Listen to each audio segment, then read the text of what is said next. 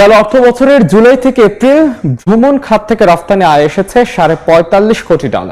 রফতানি উন্নয়ন ব্যুরোর তথ্য বলছে ইপিবির তথ্য বলছে বছর ব্যবধানে এ খাতে রফতানি আয় প্রবৃদ্ধি হয়েছে প্রায় 21%।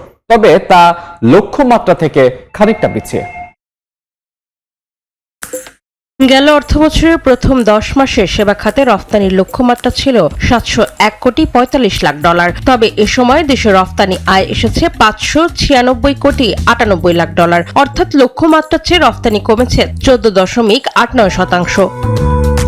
এ সময় ভ্রমণ খাত থেকে রফতানি আয় এসেছে $45.51 লাখ, যা লক্ষ্যমাত্রার চেয়ে 4.3% কম। তবে এর আগের অর্থ বছরের একই সময়ের তুলনায় এ খাতে প্রবৃদ্ধি হয়েছে প্রায় 21%। গেল অর্থ বছরের জুলাই থেকে এপ্রিল মাসে ব্যবসা সম্পর্কিত ভ্রমণ খাত থেকে রফতানি আয়ের লক্ষ্যমাত্রা নির্ধারণ করা হয়েছিল $7,40,000। রফতানি উন্নয়ন ব্যুরো ইপিবির তথ্য বলছে এ সময়ে আয় হয়েছে $10,80,000, যা লক্ষ্যমাত্রার তুলনায় প্রায় 46% বেশি আর এর আগের অর্থ বছরের একই সময়ের তুলনায় 77% বেশি।